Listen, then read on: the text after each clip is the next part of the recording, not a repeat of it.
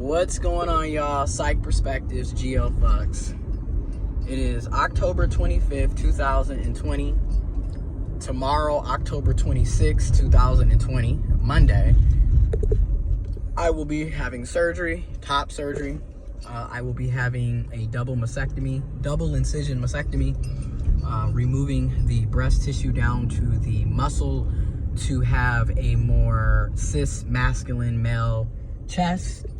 I am super excited for this. This is something that I have been wanting my entire life, and it has been over a year process getting this prepared to even get this procedure done. You know, from working at a job that I absolutely hate, the pay is trash, but the health insurance covers the procedure, hence why I stayed here for a year and a half being paid poverty pay. You know, I mean, not even making $1,000 every 2 weeks after taxes and deductions. Even though I have years of experience, 6+ years of experience, and a master's degree, bachelor's degree, 2 associate's degrees, making less than $16 an hour. Yeah, but the insurance, that's why I stayed, you know? You gotta do what you gotta do to get what you need to get sometimes. But the trials and tribulations of being born intersex, you know, finding out that I was born intersex in 2019 after spending 26, nearly 27 years living a lie and being told a lie. You know, my family knew that I was intersex and they kept that information from me as well. So, you know, it's been quite the journey. You know, hence why I'm so big on mental health, so big on people getting into counseling and therapy, because I've lived it. I've been through it. I'm still healing and going through it. And I know how it is out here. You know, I know how it is out here, and I get it. And then being transgender, being transmasculine, you know, whether you're trans feminine, transgendered, a part of the trans community, a part of the LGBTQ+ community, living in a very transphobic, homophobic, hostile environment, hostile society and world, is hard out here. Living in your truths is really is literally, you're stepping out on faith and you're stepping into unknown territory, because people hate you for merely existing. You don't have to say anything to these people. You don't have to do anything to these people. They hate you just because you are here, just because you are alive, just for existing. So trust and believe, I understand. In this video, I'm just basically kind of reflecting / venting on my experiences. Number one, my pronouns are he, him, his. These are my pronouns. If you cannot respect my pronouns, then the door is right over there. I don't need you in my life. And that's how I am. Healthy boundaries has saved my life. I cannot stress this enough. Healthy boundaries must be implemented, have to be implemented to protect yourself from toxic individuals, people that are constantly draining you. They don't respect you, they use you, they manipulate you, they lie to you, they disrespect you, they don't care about you. They'll sit up and use you for your money, your resources, for your time, your love, and then throw you away when they no longer need you. You know, there's people that will misgender you behind your back once you're not there. I mean, the transphobia is so blatant, the disrespect is so blatant. You know, the lack of empathy and care for other people is so blatant in society, you know, especially, and it's so highlighted with everything going on with COVID-19. You know, these things are highlighted and made even more aware to people.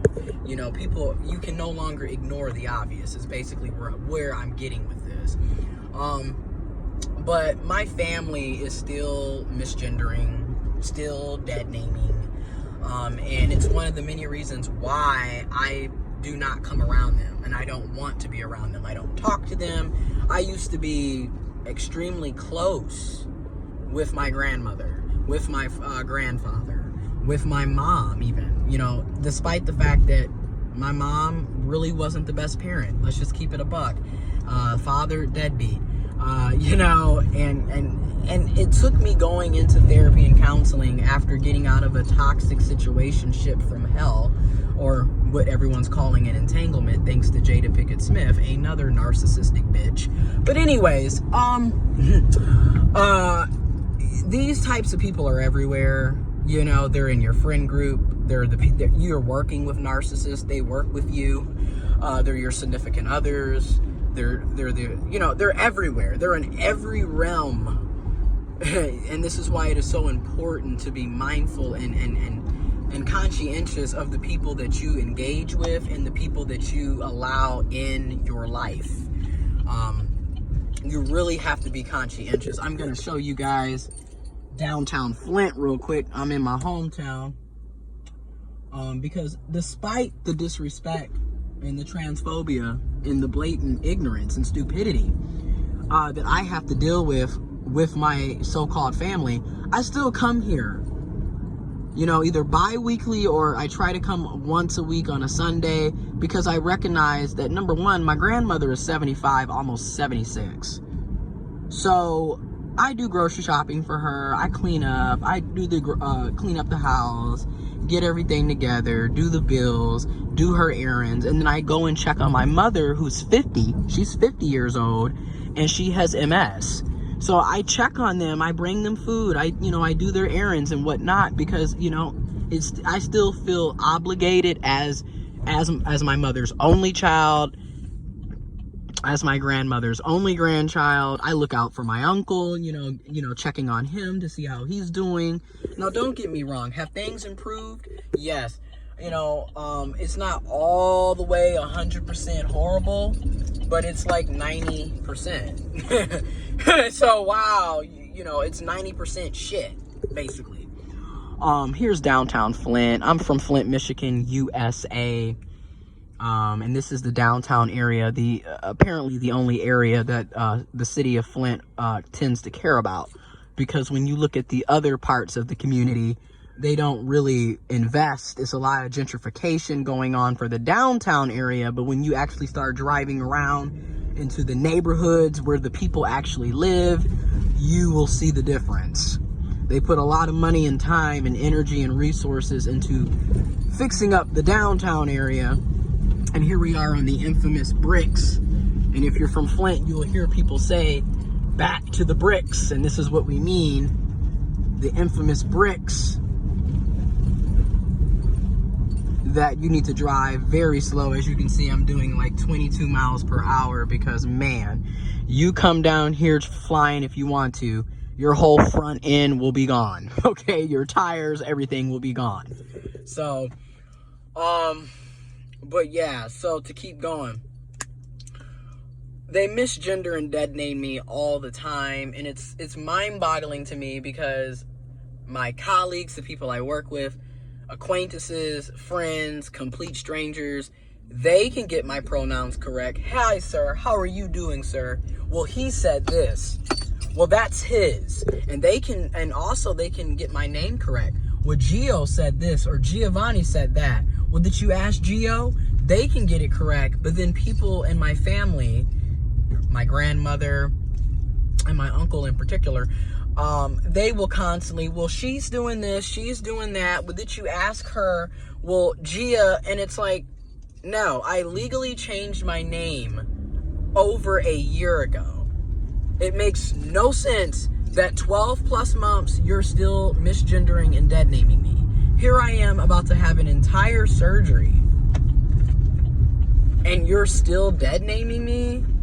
Is absolutely ridiculous at this point. And misgendering me, and this is one of the reasons why I didn't even tell them about my procedure. And thankfully, the procedure, only because of COVID-19, you can only have one person with you. And I didn't pick a family member, because why would I want someone there that disrespects me, transphobic and ignorant as hell, stressing me out and bringing unnecessary problems to me? You know what I mean? So I was like, nope, you're not coming. I didn't even ask them. I didn't even tell them. Thankfully, I have a good friend and roommate who will be there. And I just want to say this. I want to give love and gratitude to the people who respect me and support me, because I do have good friends. You know, again, to reiterate, a lot of times blood has little to nothing to do with family. Little to nothing to do with family. Okay? In many cases, you're going to have to pick your own family in this world. And in many cases, people that you have known less than a year will do more for you than the people that you've known your entire life. And in many cases, let's just keep it a buck, a lot of us have mental health issues because of the people that raised us. I mean, let's be honest. When I'm constantly talking about narcissistic abuse, dysfunctional families, toxic environments, it starts at home. A lot of times, it's your damn parents, it's your brothers and sisters, it's your uncles and aunts, it's your cousins. It's the people that raised you that contribute to a lot of your mental health issues. You know, they contribute to a lot of the problems that you have. And it's sad and mind-boggling to me that it has to be like that. And I know a lot of people are like, well, you know, you have to give it time. No, you don't. No, you don't. Because here's my thing. It's been 2 years since I came out the closet, and you're still dead naming and misgendering. And then if we're really being honest, yeah, if you're really being honest, y'all knew for quite some time, like I said in my previous video, when I was reflecting on my birthday, and you're, 7 years later, it's still the same thing. Like, come on, bro. It doesn't take all that. You are a transphobic, ignorant bigot. That's what you are, and I'm done. If you can't respect me, you don't get to be in my life. I don't care if you're family. I don't care how many years we've been friends. You can go. I don't need you. I don't want you. And that's where I'm at.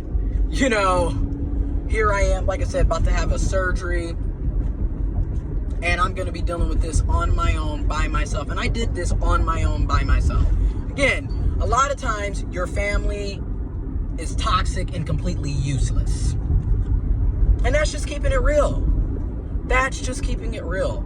Now, I want to give love and support to my mom, because my mom, she does make a conscious, she is conscientious.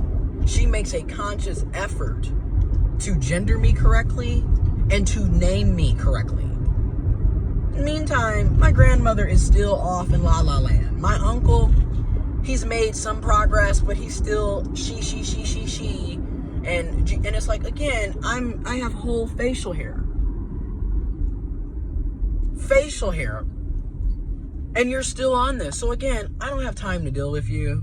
And I'm no longer doing that. We'll give them time. Well, it takes time. Fuck that. If you can't respect me, get the fuck out of here. And I mean that shit. I don't give a fuck if you're granny, uncle, mama, daddy, cousin. Get the fuck out of my life. And I mean that shit.